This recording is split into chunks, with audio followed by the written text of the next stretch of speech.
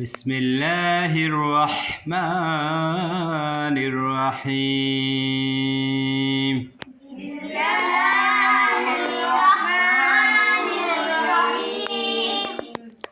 কালিমায়ে তৈয়বা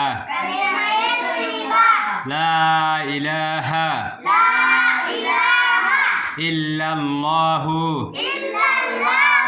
মুহাম্মাদুর রাসূলুল্লাহ সাল্লাল্লাহু আলাইহি ওয়াসাল্লাম। অর্থ আল্লাহ ব্যতীত